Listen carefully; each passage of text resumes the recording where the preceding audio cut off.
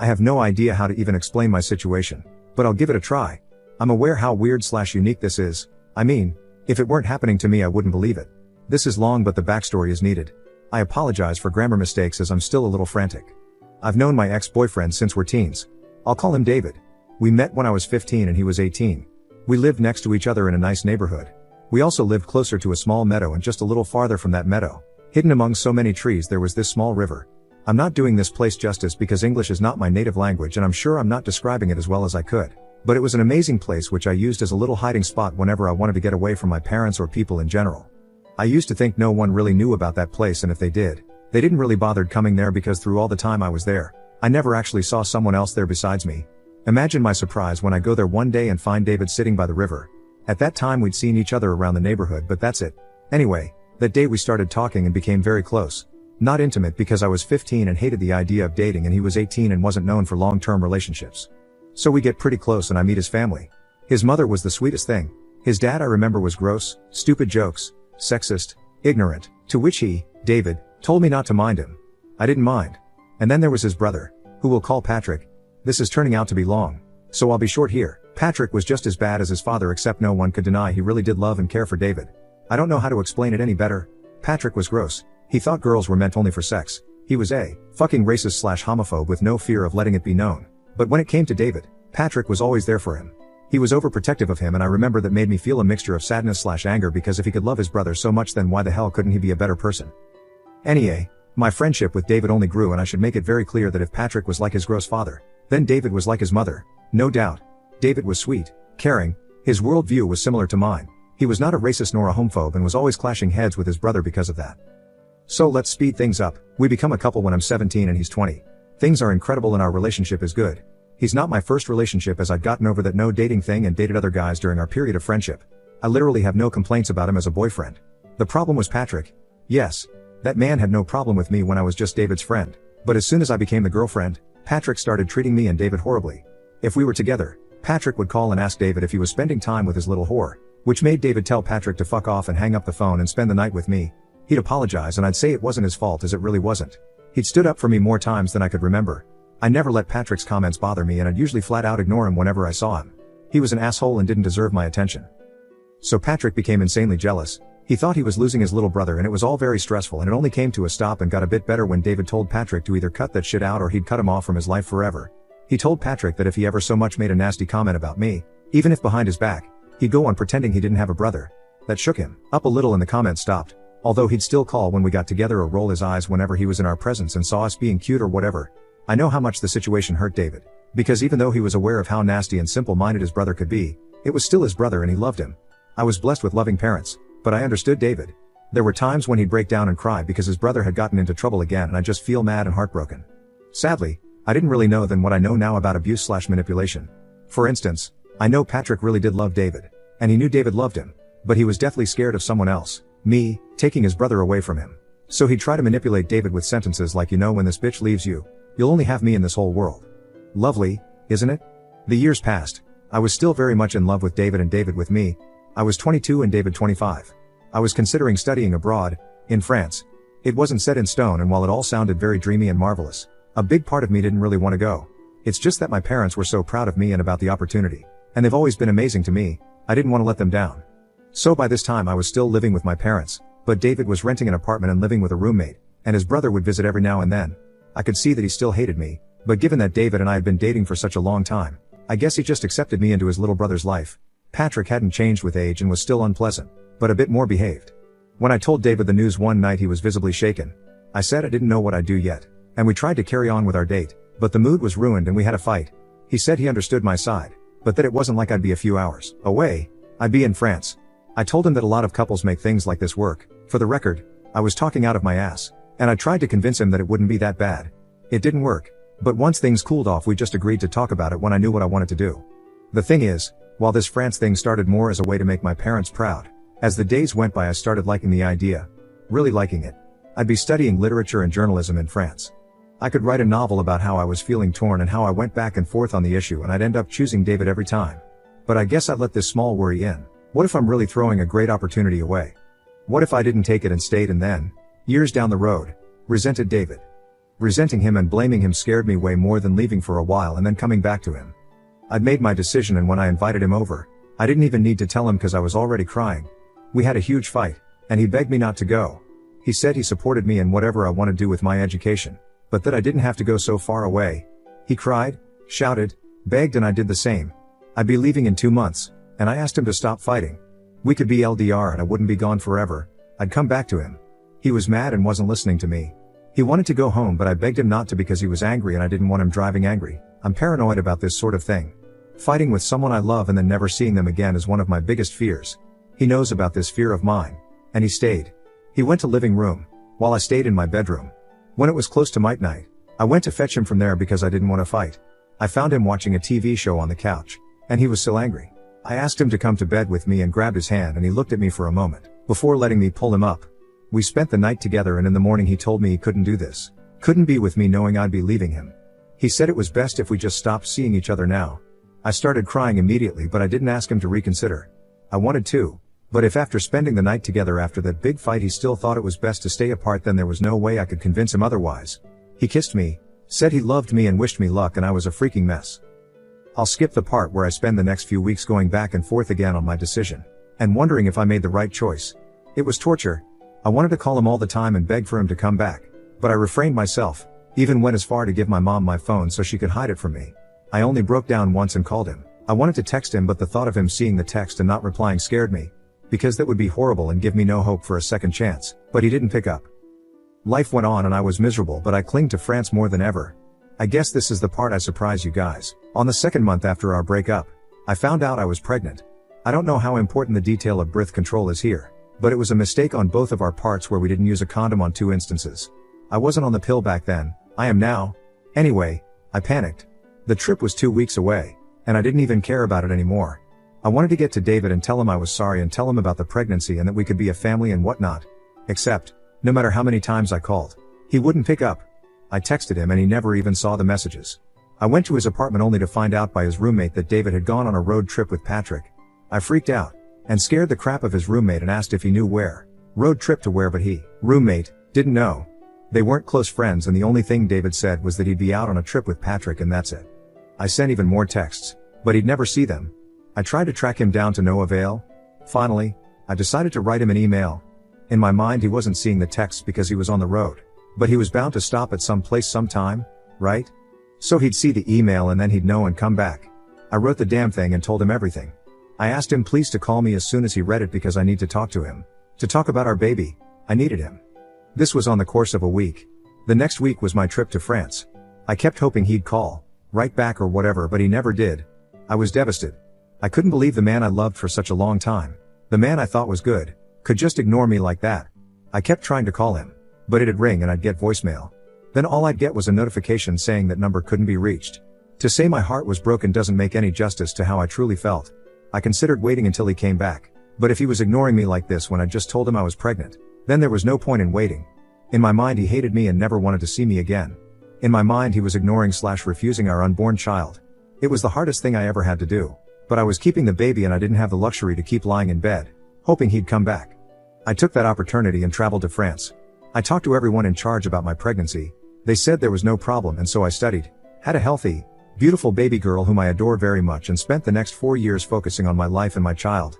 I essentially disappeared for everyone else back in my hometown except my parents. I changed phones, and I was never into having Facebook or Instagram, so I never bothered with it. I did lose contact with some good friends, but if I'm being honest, I didn't mind it that much.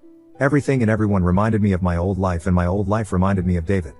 Anyway, I came back to my hometown for the first time in 4 years 8 months ago. My parents offered to let me stay with them again, but I rented a nice little house next to the school I'm currently teaching in. It's just me and my baby girl and things are fine. Well, we're fine. I knew I'd run into him. You can find anyone on this damn town as it's so small. There was the chance that maybe he'd have moved, but I knew it was a slim one because he really loves this place. It's his home. So I ran into him while I was stuck in traffic. I didn't have my daughter with me and was coming back from work. I saw him on the sidewalk and he saw me. Bear in mind we had had no contact for 4 years. We stared at each other until the light turned green and he called out my name. But I didn't stop. I couldn't forgive him. This is way too long already, so I'll skip over and say that over the course of a few emotionally draining weeks, he found me and kept trying to reach me until I finally gave in and snapped at him. My parents were really against it, of course, But I did want to get some closure or whatever. I just wanted to know how he could be so fucking horrible to me. My daughter stayed with my parents and she was more than thrilled, considering they dot on her like crazy. I left to meet David. This is where when things get crazy. And I mean crazy. He tries to make small talk but I'm having none of it. And I jumped to the texts and email. I asked how he could do that to me. How he had no remorse for ignoring me when I was pregnant with our child. How he could throw everything we had in the rash just because I wanted to study abroad. He went crazy. But not crazy in a bad, hurt me way. His eyes were wide and he was shaking and saying he had never read any email. That he didn't know about the pregnancy. He kept asking if I was telling him the truth, wanting to know if I kept our baby. I wasn't having it and I asked him to tell me how in the world couldn't he have seen the email or the texts. He told me that as soon as we broke up, when he left that morning, he told his brother. I can only imagine what his brother said about me, but anyway, his brother came up with the road trip and forbade him to bring his phone as this was going to be a brother's trip and Patrick would help David get over me. When they came back, Patrick erased my texts from his phone for him. This is believable because the texts I sent never revealed the pregnancy, only the email did. So he could have easily thought I just wanted to apologize or get back together and was being crazy about it. When I asked about the email, he said when he came back and logged on his computer and checked his email there was none from me. I didn't believe him but he kept begging me to. Kept saying I knew him. He hadn't changed. That me leaving was the worst thing that ever happened to him. That he would never abandon me and our baby. He wanted to see her. He kept saying he was sorry over and over and over again. I still left, but something felt off and my heart was heavy. He sounded sincere. If he was ashamed of what he did, why not say it? Why come up with some elaborate lie about how he didn't have his phone with him? He could have easily told me he freaked out. But the thing is that when I told him about the email and the pregnancy, he looked surprised/shocked. The way he kept asking me if I was telling the truth, I don't know. Part of me believed him or wanted to believe him. But then another part just wanted me to tell him to fuck off because if he was being honest, then it'd mean that I spent 4 years thinking the father of my child abandoned us when that wasn't the case at all. I told my parents and even them seemed surprised, but advised me to be careful, told me that it is more than probably a lie and he just wants to save his face.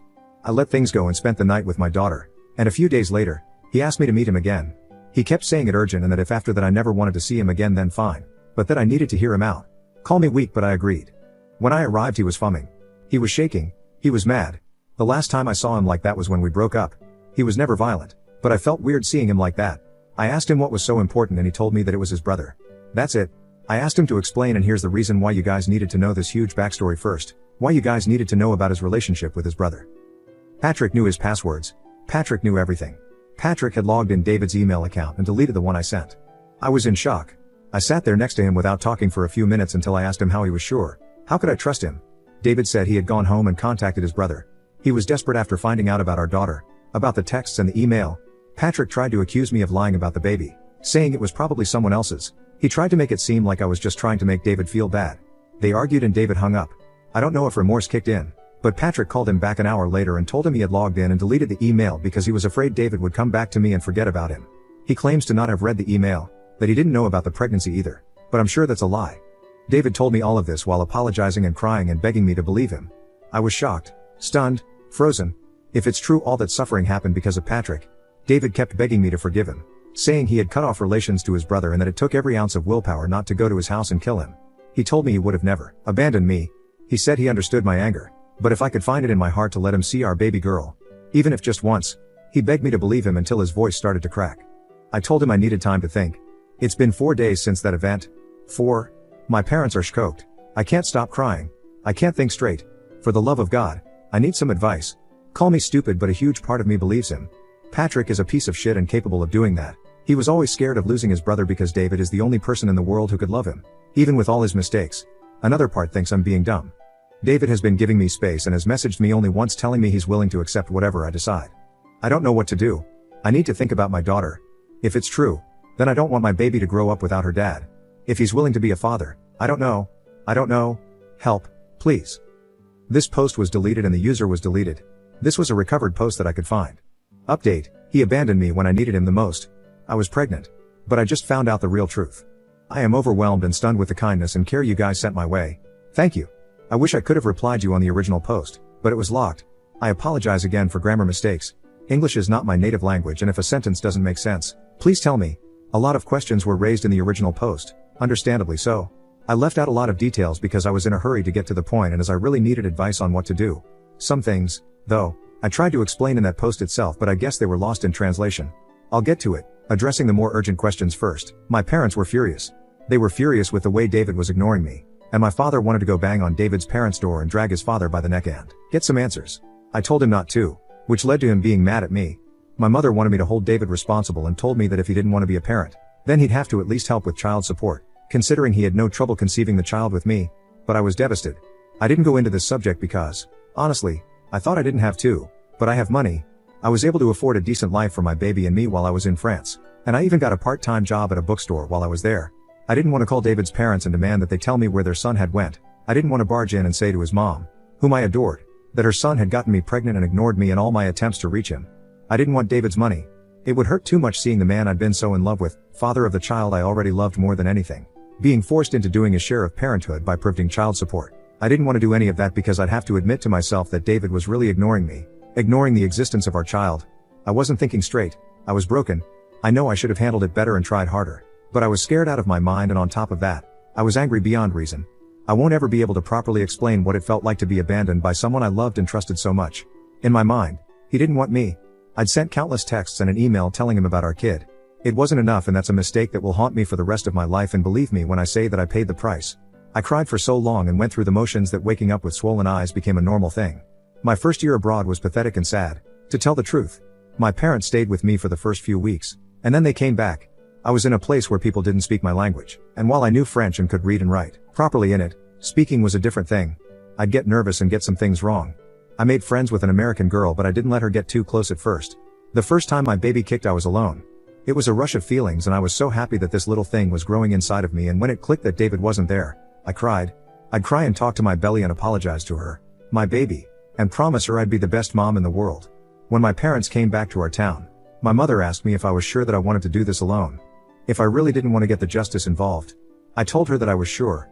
It was stupid, but it was me at 22 years old, heartbroken and full of pregnancy hormones. I wanted to pretend David didn't exist. I wanted to desperately erase that breakup, because if I didn't, I wouldn't be able to properly care for the tiny little human inside me. I wanted to grow up. I wanted to wake up and have 3 decades of motherhood seared into my brain so I would know exactly what to do and how to behave. There has been some confusion about me trying to reach him, though. After we broke up, we went no contact. He does have Facebook, but I don't, so it was easy to shun him on the internet. I'm very stubborn and proud, so when he left, I decided that was it. He didn't want me and I'd move on with my life. Except I broke down and gave in and called him once before I knew I was pregnant. He didn't pick up, and I didn't try again until I found out about our baby. Once I found out, I called him like crazy and texted him. I didn't tell him I was pregnant via text because I wanted to do it face to face. I went to his apartment, and that's when I found out, via his roommate, that he had gone on a road trip with Patrick. David and I had been no contact, and I had no idea where in the world he could have gone to. I tried asking his roommate, but he didn't know. I explained in my original post that David and this guy weren't close and they barely spoke. They just shared an apartment. At this point I was already pretty hopeless. But as I said, I didn't want to go to his parents and tell them. I wanted to tell David. My mind was David. I tried to believe that the reason he hadn't been responding to my texts or answering my calls was because he was on the road and the signal was bad. I let myself believe in all the ridiculous theories my mind came up with because I couldn't believe he was really ignoring me. Meanwhile, the day of my trip was close and I was ready to cancel it if there was a chance David and I could be a family. I couldn't postpone the trip. That wasn't even an option. I wasn't flying out to France for a vacation. I was going there to study. The classes would start soon and I had this opportunity and I could either take it or leave it. Since David wasn't picking up, I had to keep this trip as my backup plan. I had no way of tracking him down, especially not knowing where he went and refusing to get his parents involved. So I sent him an email telling about the pregnancy, saying I'd wanted to tell him face to face but that he left me no other choice. I sent the email because sooner or later he was bound to make a stop somewhere and read it. I sent the email exactly 1 week before my trip. That gave him time enough to read it and call me. He never did. I waited like crazy, to the point my mother would argue with me because I was so miserable. And then I'd hear her crying to my dad in the next room. It is a small town and people did talk about me. They didn't know I was pregnant. They just knew I left. My parents would call me with updates now and then and they'd tell me people were asking where I was. My mom would politely answer that I was traveling and leave it at that. Ever since I came back, few people have talked to me about my trip. They mostly talk about my daughter and wonder when I had her. I have no problem telling them that I had her while on my trip and that I'm a single mom. They usually take the hint and don't ask about the father. Small towns in real life aren't like in the movies where every single person sees you and immediately approaches you wanting updates about your life. They have their own lives to mind. Sure, there were some gossipers here and there, but I never paid much attention to them. My parents wanted to destroy David and his entire family, but I begged them not to. I just wanted to forget. I told them to pretend they didn't even exist, and if they saw David on the street, then to ignore him. One day my mother called me and told me she had run into David at the grocery store, but he was at another aisle. He did see her, but my mom just took off. Another time she called me and told me David had knocked on their door late at night. They didn't answer. All David knew was that I'd gone to my trip and my parents had suddenly stopped talking to him. All my parents knew was that David was the scumbag who knocked up their daughter and left her and now trying to explain his actions. David couldn't reach me because I had changed my phone number, gotten a new email that I disclosed only to my parents and teachers and job applications. After that, I told my mom that I couldn't keep hearing about David anymore because it was too hard to move on. I didn't want to know what he was doing. I wanted him to disappear from my mind completely. No one but my parents and a very close friend knew about my pregnancy. No one. It's not like I would go running around telling people I was pregnant and abandoned. I'm a private person. The close friend who knew happens to be my best friend and the godmother of my baby. We met in junior high and then she moved to another city, but we kept in contact. Likewise, she was also furious with me and my decision to not ask for child support and just wanting to move on. But she stood by me anyway. I understand that we live in a world where technology pretty much rules our social lives, but that doesn't mean I have to go on telling everyone about mine if I choose not to. As for mutual friends, I met David when I was 15 and he was 18. Our social circle was very different and the only reason we even began to talk was because we met by accident near that river. Even when I started dating him at 17, most of my friends were the girls from school while David would hang out with people from his job at the time. Of course I met them, but I was never close to them and David wasn't close to mine. Hell, I wasn't that close to my friends except my daughter's godmother. As we grew older, while we loved each other, our academic/career interests were very different, leading us to another diverse social circle.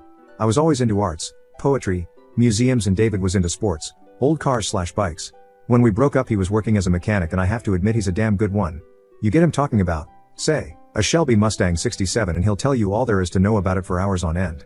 I was always fascinated by that. I read all the comments and I took everything into consideration. I decided meeting David first and talking when we were both calm and less shocked would be the right approach to this, so I texted him the very next day and asked him if he could meet me at this nice little restaurant near my house after I got off from work. He replied yes almost immediately and even offered to give me a ride, but I declined. I didn't want to depend him to come back home. I tell my baby girl she'll spend the night with her grandparents and she's fine with it, although she asks me if something wrong because of the look on my face. That already pulls on all my strings and make me emotional, but I assure nothing's wrong. I go to meet David and I'm not in the mood for any small talk, although I'm a lot calmer than I was the last time I met him. He thanks me for this meeting, smiles at me and that takes me back 4 years ago. It's the same dorky, boyish smile. I tell him I'm having a hard time believing this is happening, that if what he's saying it's true, then I can't accept the fact I lost 4 years of my life hating and missing him. That seems to have an effect on him. And he looks down before saying he's sorry, that he can't imagine the kind of pain I must have been in, but that he's also having a hard time believing he has a 4-year-old daughter. He says he can't believe his own brother did something like this. This is when I ask him about Patrick. David tells me that Lunatic has been trying to contact him non-stop, saying he swear he didn't read the email before deleting it and that he didn't know I was pregnant. David told Patrick that it didn't matter. He had no right to delete anything. At this point I'm still having doubts and I ask him how can I trust him. So he shows me his phone and the entire conversation they had over text. There were phone calls and voice messages that went on and on about how sorry Patrick was. The last conversation Patrick texted David saying he did a stupid thing out of love. What? Because he missed his brother and he thought I was just using David like all whores do. David showed me his response to that and it read as such. Out of love or not, your mistake cost me 4 years of my life that I could have spent with my daughter. I can't and will never forgive you for this. You have some serious problems and I hope you get treated. But I can't feel anything for you except pity. I don't ever want to see you or contact you again. I read it over and over again. And as I scroll through the messages, I see that he's been ignoring/arguing with his brother since the day I told him about the baby. While he could have easily fabricated all of this, I'm inclined to believe in him a lot more now. He tells me ever since that he's been true to his word and has cut his brother once and for all from his life. As soon as it hits me that it's true, I start crying. Not sobbing or anything like that, but I can't help it. David is biting his bottom lip and waiting for me to compose myself. I tell that this is too surreal. I tell him sorry. I tell him that a part of me still hates him. He says he understands. There's a few seconds of silence before I tell him our daughter is amazing. He beams up at that. He asks me how she's like, asks me to tell him everything and I do. I tell him about everything she does and what she loves and hates. When I tell him that she hates peas, he laughs because he hates them too. He asks me if can meet her and I hesitate a little. I tell him there's a lot we need to discuss yet. I ask him if his parents know. He tells me they know he fought with Patrick but don't know the reason why. He says he thought that was something we should do together. We talk about a lot throughout the entire night, including if we dated or not. We both did. I mean, he had a long-term relationship with a girl that lasted 2 years, but he broke up with her. I only had small flings because I was focused on my studies and I had a baby to look out for and absolutely no time to date seriously or even think about falling in love again. When we're done with dinner, I tell him he can meet our daughter. I can't even describe his reaction properly because it was so sincere. It made my heart melt. He cries. I cry. I'm pretty sure everyone's looking at us but he thanks me over and over and over. I tell him we'll take it slow and not drop the bomb on her right away and he agrees with me. I swear I was doing a good job of keeping things between us strictly about our daughter and filling the blanks of our past, but when we were about to leave, he stood too close and told me he still found me the most beautiful girl in the world. He used to tell me that a lot, even when we were just friends at 15 and 18. I smiled at him because I didn't know what else to do and told him we'd meet the next day at my place. The day after I let him meet our daughter.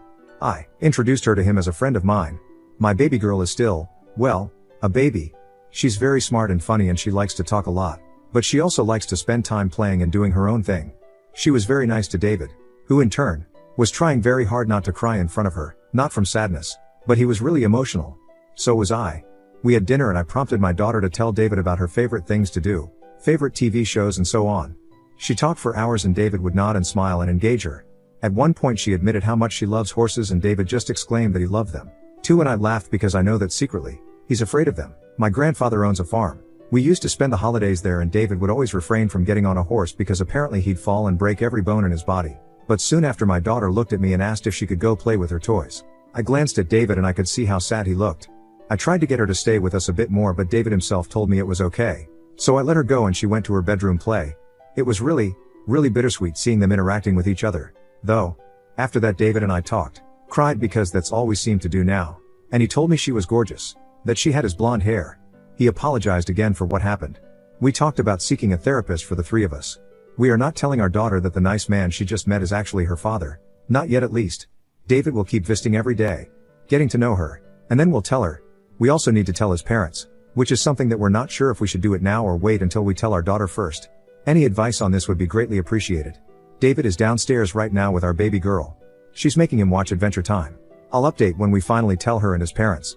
As for David and me, we're just focused on our daughter right now.